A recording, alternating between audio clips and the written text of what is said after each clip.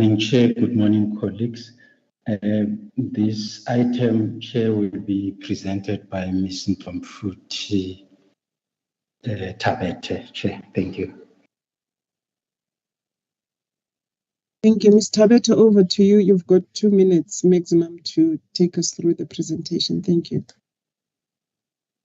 Thank you, Chairperson and Mr. Melato. Good morning, everyone.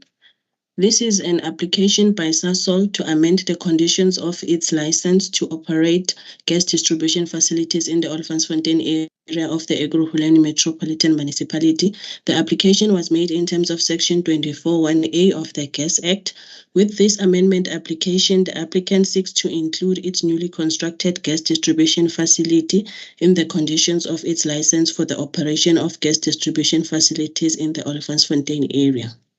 A customer metering station and a 10-meter long carbon steel pipeline were built as part of the gas distribution facility and were connected to the existing distribution pipeline. Kindly see Annexure A of the license conditions. Notices were published to solicit comments on the application for a period of 30 days. Neither comments nor objections were received from third parties. Therefore, there are no issues of public concern. Based on the information available, it is recommended that the REC approve the following. Point A, an application by Sasol Gas for the amendment of the conditions of its license to operate the gas distribution facilities in the Olifantsfontein area of the Ekurhuleni Metropolitan Municipality in the Gauteng province. Point B, the attached decision and the reasons for decision document. Kindly see Annexure 1. And point C, the attached addenda. Kindly see Annexure 2. Thank you, Chairperson.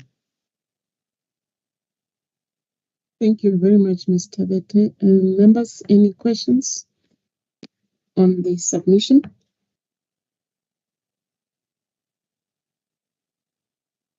Show of hand. Ms. Tabete, I don't see any hand. Oh, Mr. Mkhize, you may come in, sir.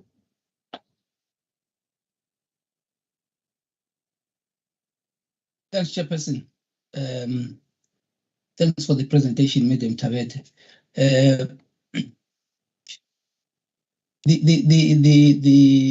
On figure 2, the figure 2 is ineligible. So please, if you can, it's illegible. Sorry. So if you can just help to at least maybe put it on a different layout, so that one can see that clearly. And then figure 3. I just want to get clarity that has the line been constructed, commissioned, and is now awaiting commercial operation. I would just like to get that. And then if you can just have a table also under paragraph 20, where you're talking of comments and questions, and then management's response. On number 1, you say comments duly noted by the department. But the question, what did you do about it? I think it's important just to respond quite directly to the issue being raised. I leave it at that. Thank you. Thank you, Mr. Mkhize. I think from my side, Ms. Tabete, if you can just remind me or clarify for me in terms of when we get an application that is inadequate in our correspondence to the licensee or the applicant, right?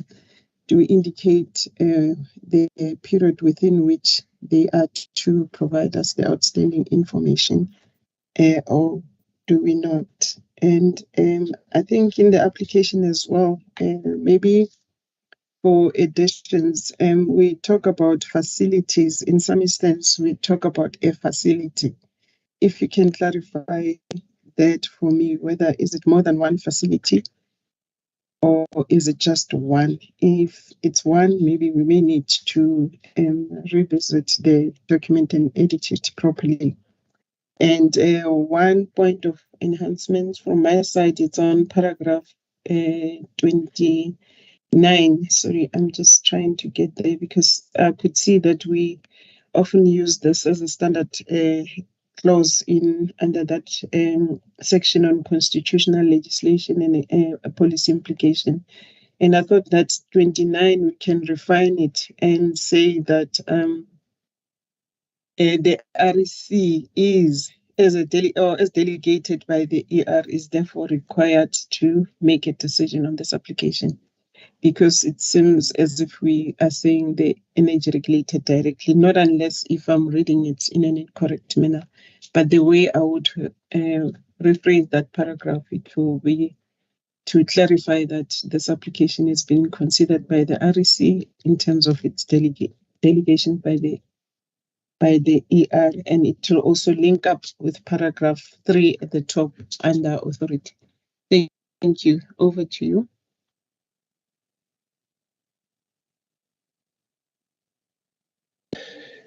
Yeah, thank you, Chair. Figure 2 and 3, Chairperson, we will try and have layouts, Chair, that will be readable when we implement the decision, Chair, for this submission. And Chair, on page 20, on the comments about the restructuring of the submission to be readable to someone who does not understand anything, Chair. We will try to do that, Mr. Kize. We'll also try to look into the other regulated industrial electricity and petroleum as to how do they structure their applications, Chair, so that at least we find some alignment and we try to make it easier for someone as suggested here to be able to understand the application, Chair. And then the other question was, when we sent the inadequate application, yes, we do indicate that, Chair, we do indicate the period within which they need to submit the application. And Chair, on this one, it becomes a problem when, for instance, I know the concern here is about the length of these applications and the time within which they respond. So the challenge is that we do have pre-licensing meetings with licensees, but in most time you'll find that when they submit the applications, there's always information that is missing, and that contributes to the delay in these applications, Chair. But your question is, we do indicate the period. And on the issue of facilities, yes, Chair, you are right. We often say facility or distribution facilities. For instance, when we for instance, this amendment, there are more than one facilities that are part of this license application. Hence, in most of the time, we'll be saying operation of distribution facilities, because you'll find that there are about 10 or 15 customer meter stations, which will refer to them as facilities. And sometimes we'll be saying to amend to use distribution facility, which we need to check as well, so that we align and become consistent in our usage of the language, Chair. And the last one, REC, as we note that comment, Chair. I think we will make the amendment, Chair, as proposed by yourselves. Thank you, Chair. Thank you, Mr. Mulatu. Members, any follow-up questions? Oh, Mr. Mkize, yes, you may come in, sir. Yes, thanks. Thanks for the responses also from Mr. Mulatu. I did not get whether the pipeline has been constructed. I mean, the facility has been constructed and commissioned and now is ready for commercial operation. If that is the case, just to be clear with that. Thank you.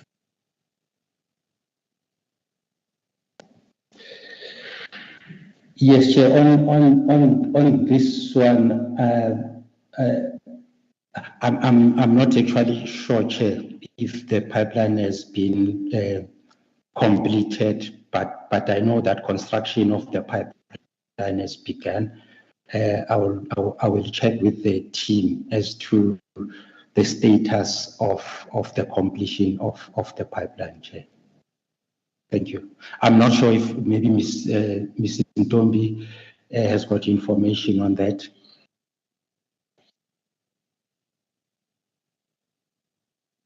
No, Mr. Mlatu, we'll still check with Ms. Muruma. Thank you.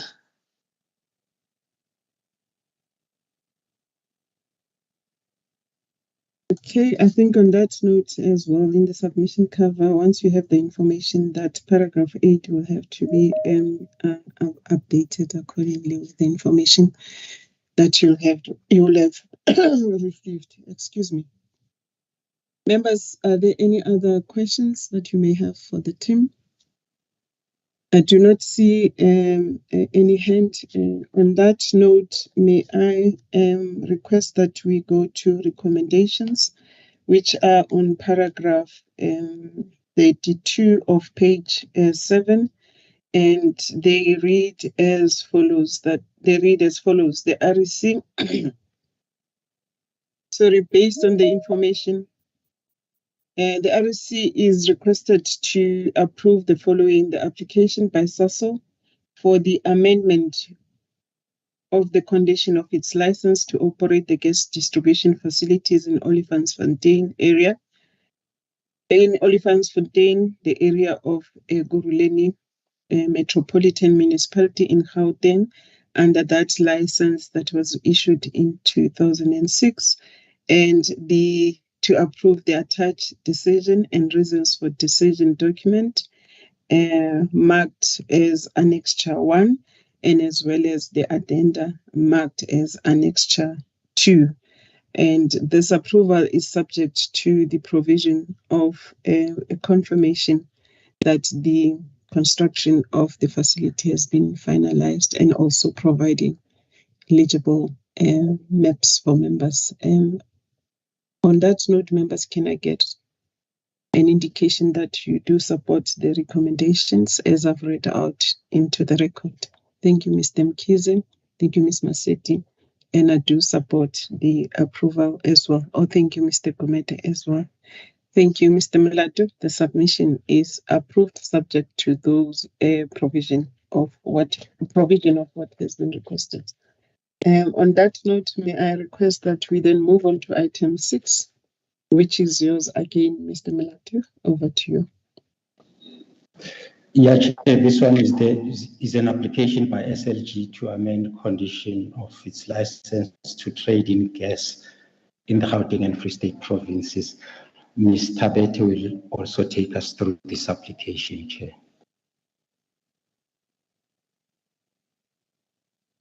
Thank you once again, Chairperson and Mr. Mlatu.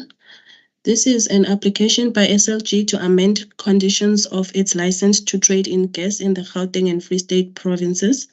The application was made in terms of Section 21A of the Gas Act. This amendment application is for adding existing and newly proposed customers located in the Albertine and Olifantsfontein areas. Kindly see Annexure D of the license conditions. Notices of these amendment applications were published for a period of 30 days, and there were no objections from third parties. Therefore, there are no issues of public concern. On 20, regulator members had a briefing section, and matters raised were addressed accordingly as shown in paragraph 16 of the submission. Based on the information available, it is recommended that the REC approve the following. Point A, SLG's applications for the amendment of the conditions of its license to trade in gas in the Gauteng and Free State provinces. Point B, the attached decision and the reasons for decision document attached as Annexure 1.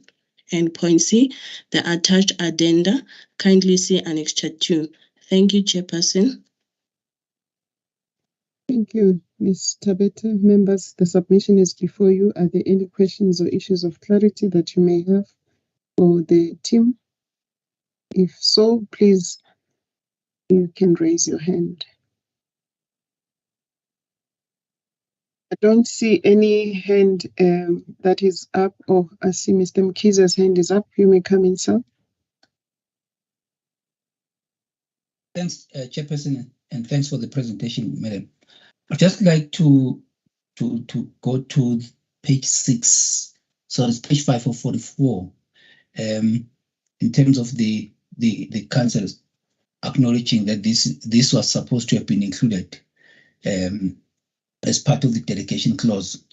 So it's an error of commission. So if they can just quickly work on correction of this error, that is row 1. And then on row 2, all that I'm requesting the team is to investigate this with RSU and revert to PGS, the issue of having standing instruction with regard to addition of new customers by the FTRM primarily responsible for the unit. Otherwise, with the submission itself, I'm happy and I support the recommendation. Thank you.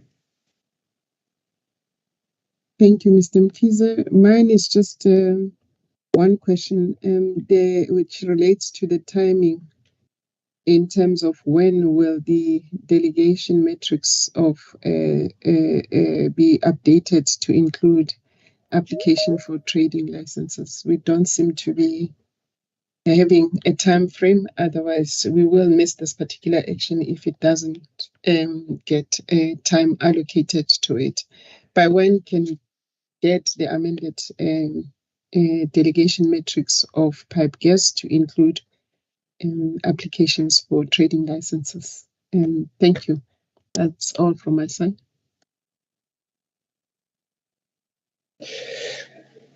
Yeah, Chairperson, I think on that one, from our side, we can only make a recommendation to RSU. I think they should be the one running with the project for amendment. I'm not sure if Mr. Chopper can respond to this one, Chair. Thanks.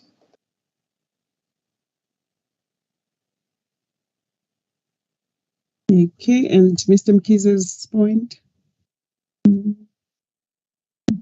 Yeah, I think it's connected because it talks to it's linked up. Delegation of authority for the FTRM as well as the one for trading, which Chair falls under the purview of RSU. Thanks. Okay. Mr. Chokwe or Mr. Ntanzi, can you come in? At least if you can respond, just give us timelines in terms of when can we get these changes done. Yeah, Chair, thanks. We will engage the division and provide a response to the subcommittee. Thanks. Any timelines to respond to the committee? Subcommittee, rather? Chair, we will endeavor the next meeting of the subcommittee. Thanks. Okay, we'll record it as such. Thank you. Members, I don't see any other hand. May I then request that we move on to recommendations, which are on paragraph 13 or page 32. Sorry, Chairperson. Sorry, Chairperson. Yes, Ms. Nasset. Sorry, my hand was up, Chair, because I didn't want you to. Thank you.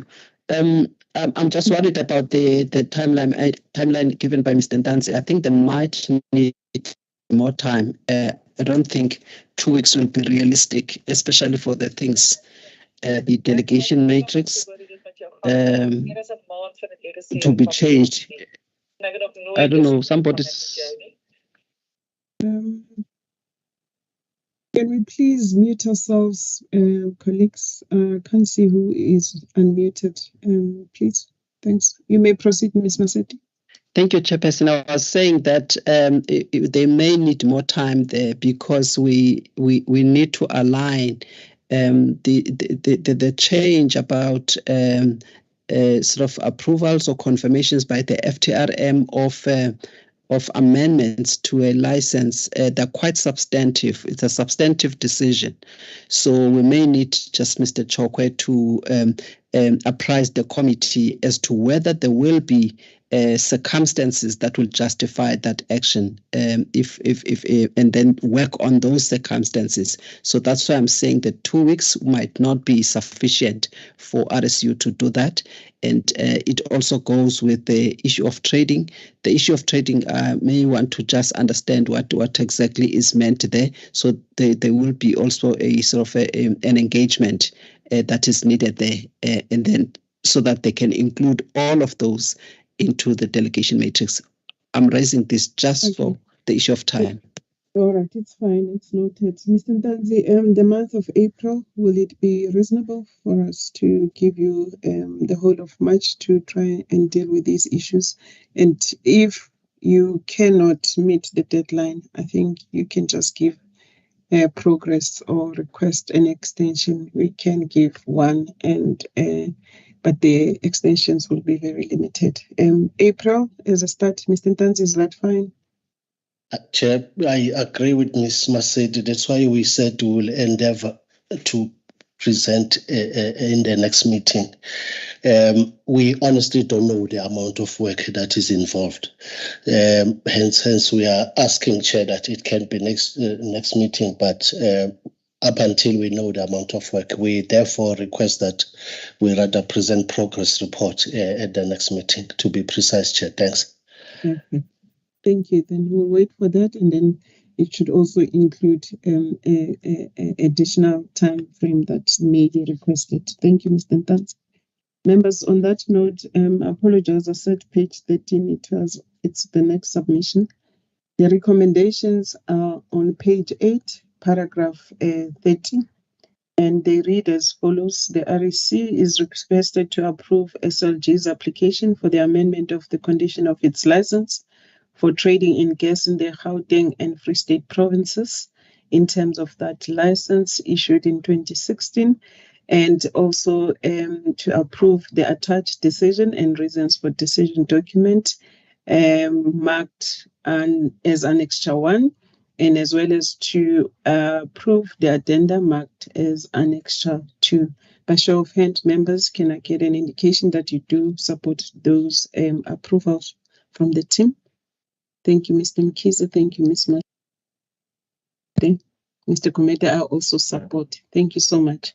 Colleagues, thank you. May we then move on to item 7, and Dr. Milatu, if you can lead us on that one and also guide us as to who is going to assist the committee with that particular submission. Thank you. Good morning, Chair, and good morning to the committee and colleagues. I'll be taking you through the submission. The submission is for the purpose of the submission is to request the REC to note Sasol Gas's RFRs for the period 1 July 2021 to 30 June 2022. And our analysis covered the administrative procedures of the licensee in compliance with RRM Volume 1, the evaluation of the auditor's report of the factual findings, the volume assessment, and the comparison of the estimates used at tariff setting versus the actuals, and the financial ratio analysis. Excuse me, Chair. Our assessment of the volumes of Sasol Gas for the financial year ended June 2022 states that they have transmitted volumes of 171 million gigajoules, which was made up of 148 million gigajoules of natural gas from Mozambique and 23 million gigajoules of methane-rich gas from Secunda and its KwaZulu-Natal plant. The Sasol gas from Mozambique is used to service the Gauteng gas market, and the MRG from Secunda services Mpumalanga and KwaZulu-Natal markets. Sasol Gas's volumes presented in the audited RFRs were verified against Sasol Gas's monthly volume balance report for June 2022, It should be noted that a variance in the natural gas volumes imported of 148 million gigajoules compared to 151 million gigajoules reported in the volume balance report was identified, and we have initiated an investigation into this variance.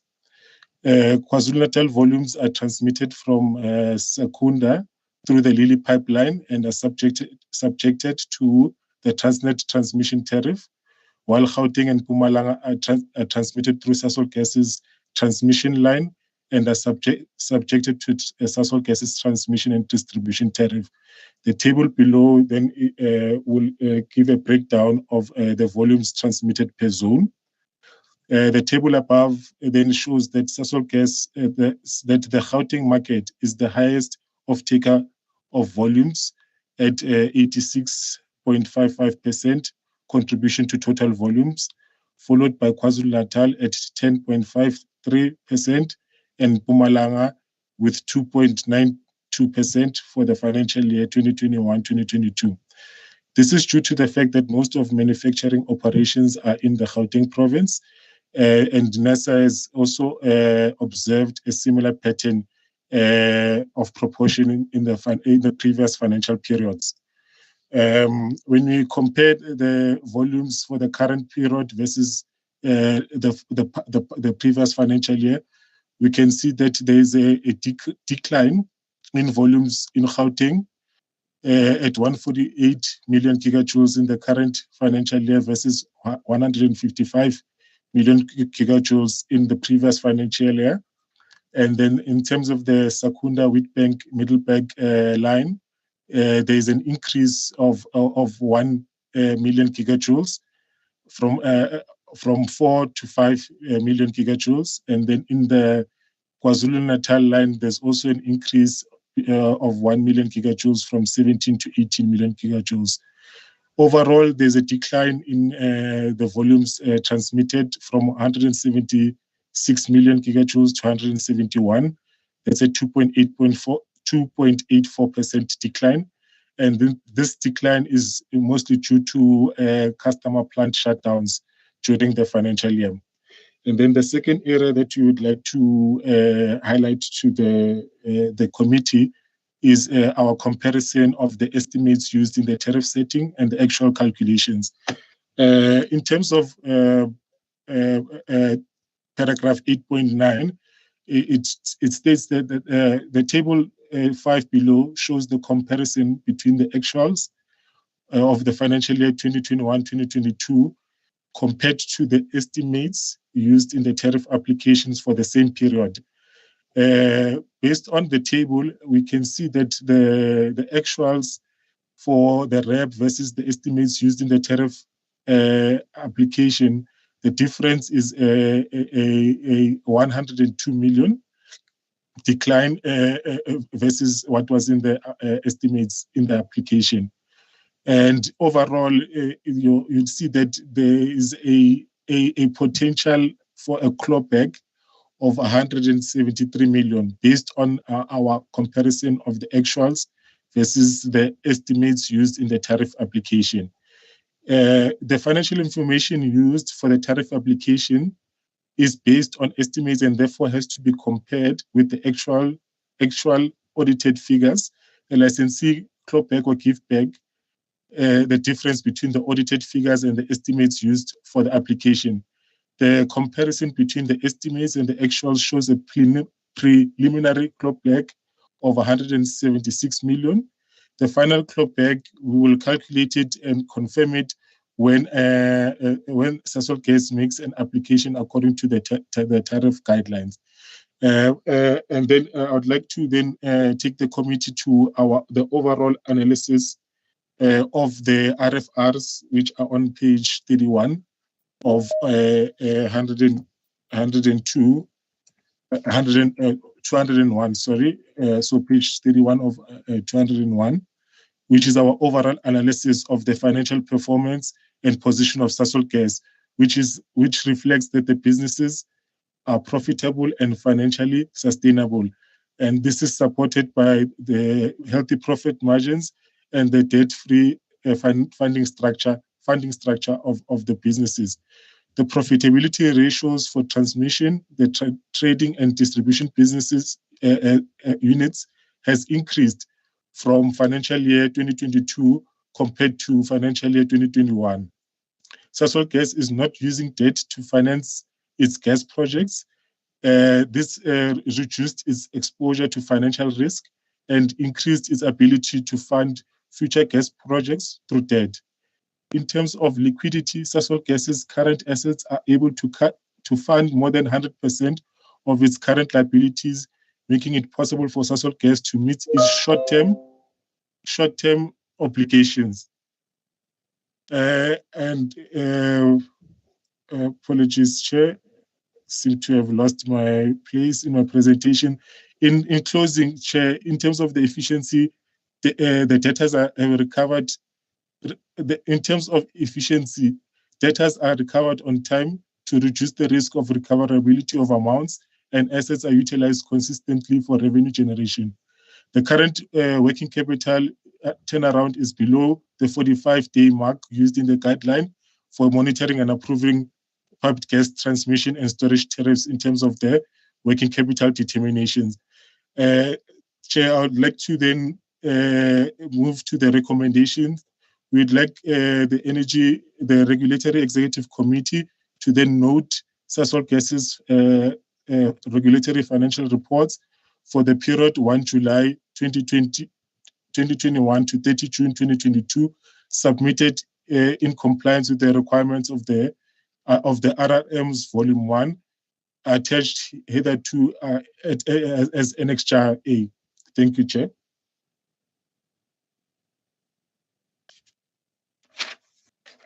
Thank you, Mr. Ngobeni. Members, the submission is before you.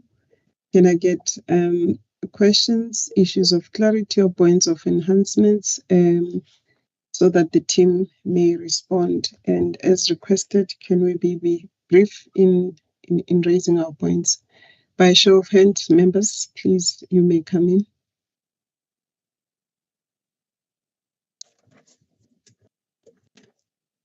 Ngobeni, mute yourself, please, sir. Mr. Gumede, you may come in, sir. Good morning, Chairperson, members, and colleagues. Just one question for me, and it's just a question of clarity, not necessarily in respect of this particular respect of this. But what do we use these RFRs for? This data that we collect. Is this data primarily about providing the analysis of how the impact of our regulatory function, or is it supposed to be data that we use when setting tariffs? Yeah. What is the primary use? And I'm more thinking about issues on electricity and municipality and the link between this and the M-score. Thanks. Thank you, Mr. Gumede. Any other hand, members? I don't see any other hand. Mr. Mlato, Ngobeni, do you want to come in and just clarify or rather respond to Mr. Gumede's question? Okay. Or maybe let's take Ms. Magoda first, and then you may come in. Ms. Magoda, do you want to assist, or do you want to elaborate on the presentation? You may come in, please. You've got a minute to do so. Thank you, Chairperson. Chairperson, I would like to respond to Mr. Gumede's question. Chair, the data that we collect for RFRs is primarily used for tariff approval and monitoring. You will see that in the report that is provided, there are areas where we are indicating what are the tariff application data that was used. And because at that time of the tariff application, the applicants used the budgeted or the forecasted figures, it is then important that every financial year, then we go back to audit the financials so that we then determine the actuals and then compare that with the forecasted information that was used as part of the tariff application, which then means then that during the time of the next tariff application, the data for RFR will then be used for the purposes of clawbacks. And also the second purpose for the data that is used for the RFR is just to monitor the financial performance of the licensees. It is important that we monitor on a half-year basis and also on a full-year basis. This is so because if there are challenges, then we don't come across them at the end of the financial year, but we are able to pick up if there are challenges along the way. Chairperson, we are also using this data for financial segregation between the regulated and unregulated activities. This is just so that customers don't pay for services that they do not get any benefit from. For example, in areas where there are cross-subsidization with other licensees and also with Sasol Gas because it has also other activities. So we use this data so that we can segregate between the unregulated and the regulated activities. Chair, thank you. I think I will end here.